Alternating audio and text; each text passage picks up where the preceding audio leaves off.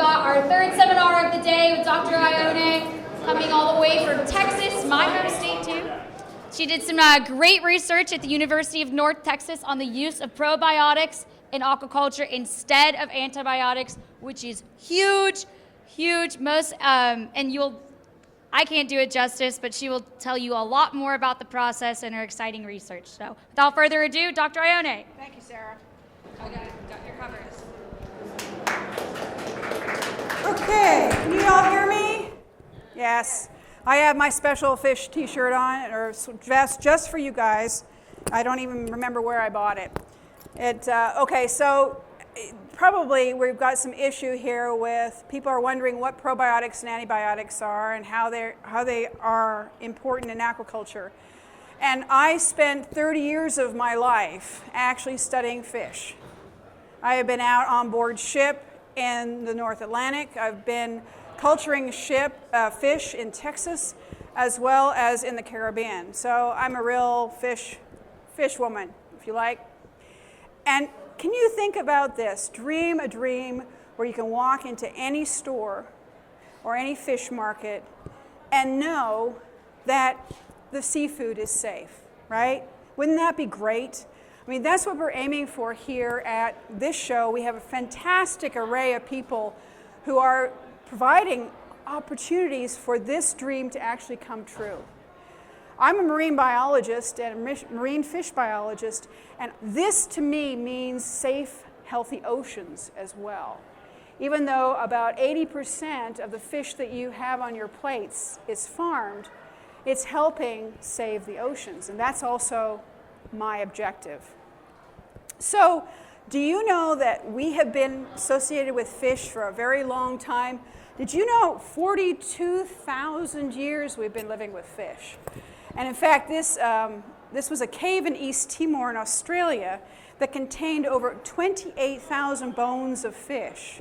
This is not something that is a recent thing. We have been fishing deep sea fish for a long time. We've been farming fish for over 4,000 years, beginning in 2000 BC in China. So fish are very much a part of who humanity is. But I'll bet you didn't know this. In 1497, Giovanni Caboto, or John Cabot, the guy who discovered North America, by the way, 5 years after Columbus, on his way home to England, he ran into a huge shoal of cod, Atlantic cod, something I've been studying for 30 years. It was so thick that it slowed his ship. It was a treasure. It started a 500-year-old fishery. Now you're wondering, what does this all got to do with probiotics and antibiotics? We're going to get to that, but I'm giving you a little bit of background in the fish and how important they are to humanity. An English captain said cod were so abundant that they reported that we hardly had been able to row a boat through them. Imagine how many fish that would take to slow your boat. Okay, not only were there so many, but they were huge. So we have two objectives when we talk about fish. Lots of fish, big fish, the ones that got away.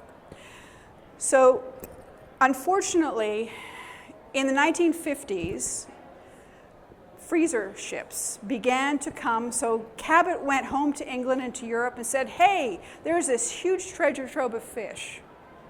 Come and fish it. So in the 1950s, a turning point occurred because huge freezer fish ships would basically station themselves off the coast of Canada and US and fish our oceans dry. And in 1992, the codfish collapsed in Canada. I'm Canadian, and I spent my PhD actually studying this, and this is a trawler that I was on. See the Canadian flag up there? Okay, so we were assessing the stocks in the 1990s, and eventually the Canadian government said, you've overfished, shut the fishery down after 500 years. So this is a state cod, actually. Whoops. This is a state cod here that, actually this pointer, one of the last state cods. This is Walter from the Department of Fisheries and Oceans, and these fish are not seen anymore. they disappeared. There's no big fish. So not only there's not an abundance of fish, but there's no big fish.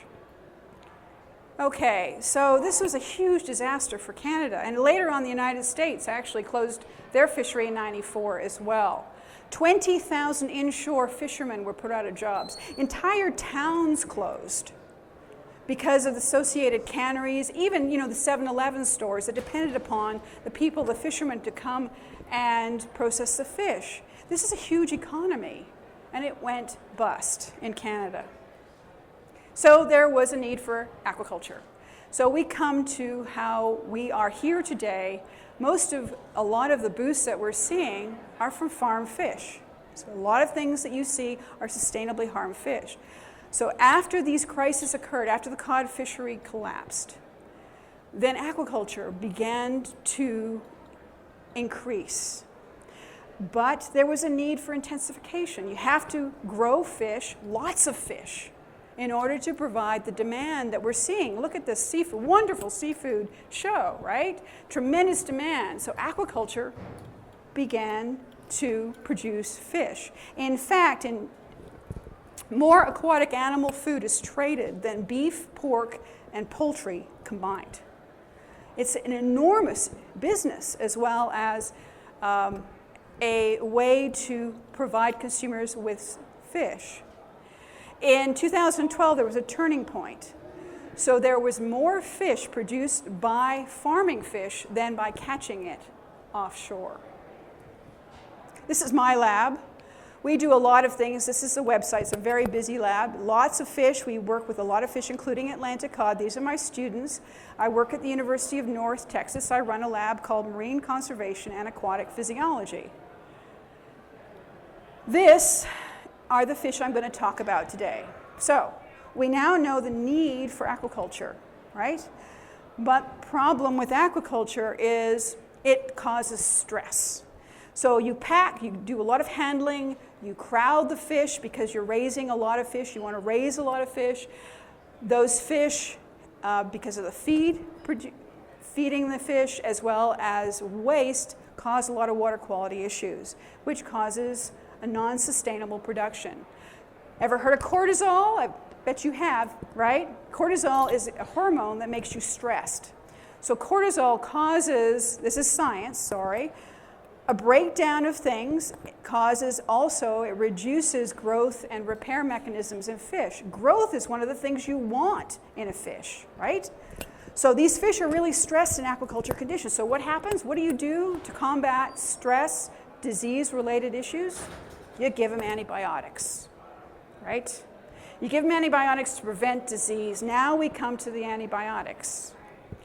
So look at this graph. So this is livestock, 13,540,000 kilograms in the US last year fed to beef, chicken, and poultry. Humans are the next biggest. We eat a lot of antibiotics. Do you know how many times you go to the doctor and he'll prescribe antibiotics for a cold, which is silly, but nevertheless, here, aquaculture is a very slim slice of this because in the US, aquaculture is not allowed to use antibiotics. There is tremendously strict regulations against the use of antibiotics in grow-out periods at all within the industry. The only time you can use it is if you treat a fish for disease specifically. But antibiotics is not used, not regulated, not allowed to be used in large quantities in the United States or Canada, or for that matter in the EU. In fact, in 2006, general antibiotics was banned from use except in treating diseased fish. So fish that are farmed in this country, in Canada, in the EU, are safe. They're good, high-quality, sustainable fish. They use antibiotics in the agriculture industry because antibiotics increases growth. Did you know that? Did you guys know that? That antibiotics is actually used as a growth enhancement, right? Because you want to grow cattle, you want to grow pig as fast as you can to get them onto plates, right? It's not allowed in the aquaculture industry, but that's the reason why they use it. So what? Okay, so antibiotics gets in the water system. Actually, it's now causing antibiotic resistance issues. In 1993, antibiotics in the water system causes an antibiotic-resistant cholera that killed 3,000 people. And that was directly traced back to the shrimp industry that uses antibiotics in Brazil. Okay? But what really does antibiotics do to our health? Does anybody know? Do you know how it acts? Well, it's antibacterial, right? So if you eat a antibiotic pill, it goes into your gut is full of bacteria, good bacteria, that help your immune system, that help your health. Antibiotics kills those bacteria and actually drops your immune system strength, as well as many other things. Also, those bacteria make vitamin A. They actually make hormones, and I'll talk about that in a minute. In fact, they make serotonin. Do you know what serotonin is? Everybody know what serotonin is? The happy hormone that makes you sleep. That's very good for your health. It helps your immunity, okay? Do you know this? 95% of the serotonin is produced in your gut by the bacteria, not in your brain. So imagine if you eat antibiotics, what you're doing is you're killing the bacteria that produces serotonin, as well as many other things that are good for your health, right? Wrong. So I was really interested. I'm a fish biologist, so I decided I'm going to use a fish. What actually does antibiotics do to the gut? A little bit of science here. So we actually used a little zebrafish, and we looked at the gut. See these little bright dots? These are your serotonin receptors. They produce serotonin, just like they do in humans, they do it in fish. This is what antibiotics does. Antibiotics basically delays the development of the serotonin receptors completely. Makes vacuoles, makes an unhealthy gut. If you double if you double the dose, go back, one more. This is the first dose with 25 milligrams antibiotics. This is ampicillin. Everybody's heard of ampicillin, right? So normal generalized antibiotics. If you double the dose, you get even worse results. And if you don't use antibiotics at all, this is a 21-day-old zebrafish. You can barely see, but here's all these beautiful receptors. And the gut itself has a nervous system. Have you heard of the second brain, right? We actually have an enteric nervous system in our gut that is our second brain that helps us now to function neurally, to think. If you think about foggy brain, something's going on in your digestive system that actually causes foggy brain. They've actually now shown that the antibiotics use early in childhood, antibiotics is given to children very early on. And they've shown that if you give antibiotics early to children, it actually has downstream effects later in life, like Alzheimer's. They've actually shown that early treatment of antibiotics can lead, in conjunction with bad eating habits and more antibiotics throughout life, neurodegenerative disease like Alzheimer's, like dementia. It also has been directly linked to autism. So what do we do? Antibiotics was a really good thing, but bacteria were once considered bad. Now we're getting to know that we have 100 trillion friends in our bodies that we could not live without. We have 10 to the 13-fold bacteria than our cells. There's more bacteria in our bodies than our cells. They're that important to our lives. So I started working on probiotics.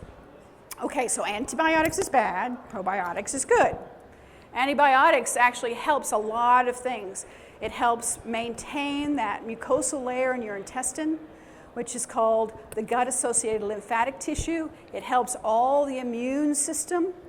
Our intestine is the layer is only one cell thick. A lot of things, IBS is one of the things where things leak through the cells of the intestine and cause brain fog, actually, as well as many other things.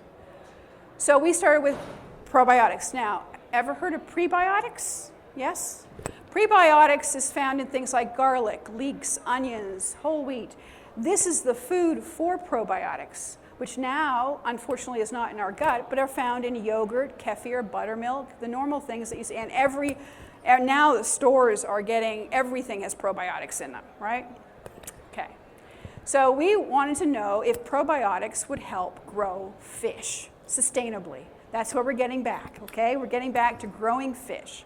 So here we go. We started with tilapia. Everybody knows tilapia here, right? And we grew it with a very simple probiotic, one strain of probiotic. See what happened, right? Okay? So here is your control. Here is your fish without probiotics. Well, what do you think happens when we add probiotics? Anybody? Yes, yes.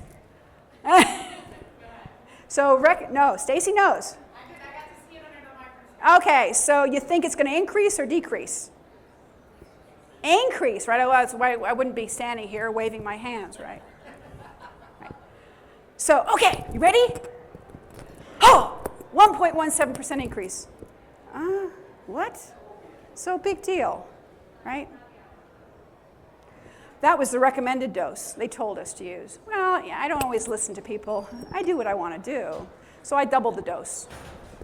30% increase if you double the dose of probiotics. That's pretty impressive, don't you think? Huh? That could mean a lot of fish for human consumption and for growth, for business. But is there such a thing as too much of a good thing? What happens if we keep on increasing it? Oh God, 1.5. But we're still 20% increase compared to control. If we double it again, so here we have an issue. You don't have to use an enormous amount of probiotics to get an optimal result. This for business is a really important thing, right? Okay. Let's do it in a little more pictorial format. So this is all science, bar graphs and stuff, okay? Let's bring it down to brass tacks, all right? These are fish all the same age. Control, 5 grams probiotic, 10 grams. All the same age. Pretty cool, huh? That gets the story across more than the bar graphs, although I prefer bar graphs. But. Okay, so that's tilapia. And that's in the lab. I was looking around to see if I could find another probiotic that was used in the field. Found this company, Primalac. It has 4 bacteria instead of 1. And it's done some interesting trials. This is Israel. This is a pond trial in Israel. And they fed probiotics to tilapia. And bar graphs again, sorry. This is probiotic fed survival in the ponds. This is non-probiotic. Lots more survival. This is probiotic weight gain. It's not so much, and I'm wondering how they said, but it's still something significant in the ponds. This is no probiotic, but this is the real killer. All I want you to do is look here. By feeding probiotic, Primalac probiotic, at $15 per kilogram, they save $4,000 just in this trial. Because they got the growth that compensated for the amount, and probiotic was relatively inexpensive. Compared to antibiotics, probiotics are extremely reasonable. Okay, so this is a business model that actually can be built up. Now, to Red Drum, the real reason, and my thanks to Copper Shoals, Red Drum here, and to Vicki and Jim Ekstrom and Ekstrom Enterprises, who allowed us to use their fish for this work. And I'm going to actually say thanks to all the other sponsors at the end as well. But without Ekstrom Enterprises and Copper Shoals Red Drum, we would have never moved to Red Drum. Because I was interested, tilapia is one thing, but think about a red drum that everybody loves to eat, right? So we used Primalac, this new Primalac that we've used, that we found actually tested well in the ponds. And the first thing we did was ask, okay, this is a larval red drum. Isn't it beautiful? Look at these skeleton. Because if you want good fillets, you've got to have a good skeleton because the muscle has to attach onto something. So we knew that with probiotics, the Primalac, that growth was beautiful and these fish were extremely healthy. Next, we actually did growth trials with this probiotics. And we found, here's your mean mass, C is control, probiotic. This is a 4-week trial, and you keep on getting increase. Story short, 18% more growth with Primalac probiotics in the lab on red drum. That's the first trial we ever did. Okay? Second trial, this is going to be 9 weeks, And we stopped the other one here, but look at the growth of the probiotic. It keeps on increasing. In fact, it accelerates. The second trial, 33% more growth with probiotics in a lab trial. That's enormous, right? Imagine if we can translate that to the industry. We can produce sustainable fish I've always wanted to produce. So here's your probiotics and here's your control.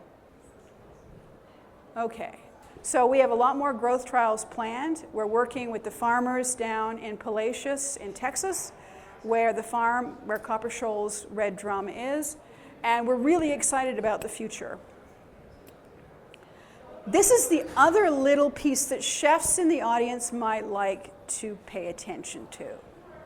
Not only did probiotics increase the growth rate, but this is a beautiful fish, no fin wear, no, great color, beautiful juvenile spots, right? Red drum, if you pack them in high density, start to fight and eat each other. This is a control with no probiotics. The tails are nipped and bitten, and the fish doesn't even have its juvenile spots. It's under tremendous stress. So probiotics, to go right back to where I started, actually lowers the stress response of the fish and produces beautiful silvery fish that any chef would love to buy, right? Okay. So I'd like you to meet the 4 Ninja Turtles. Where's the pointer? Ah.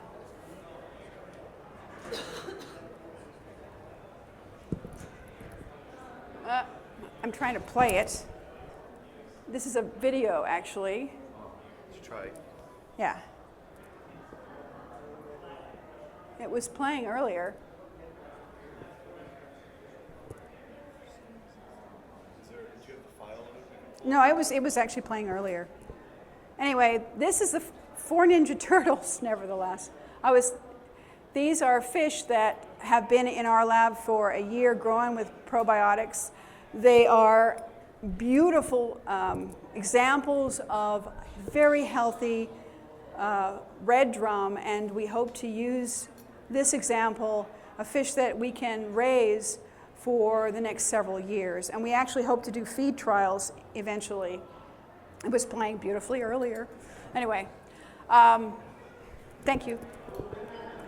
So my whole initial objective was to feed the world with sustainable, in this case, red drum and other fish, one fish at a time, because I think we all deserve to have sustainable, healthy fish, safe fish that we can walk into any store and we know that the fish is sustainable.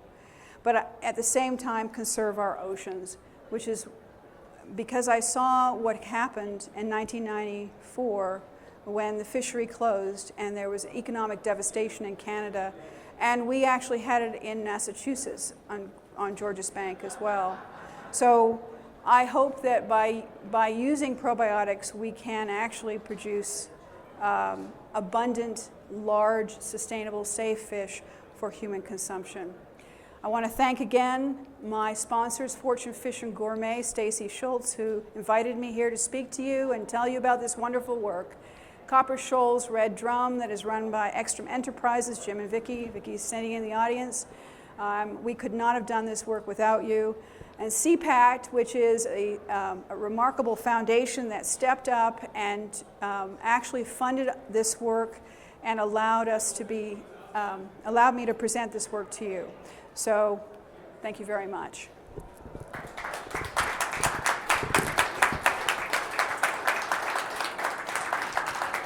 Happy to answer any questions. I'm going to see if Donna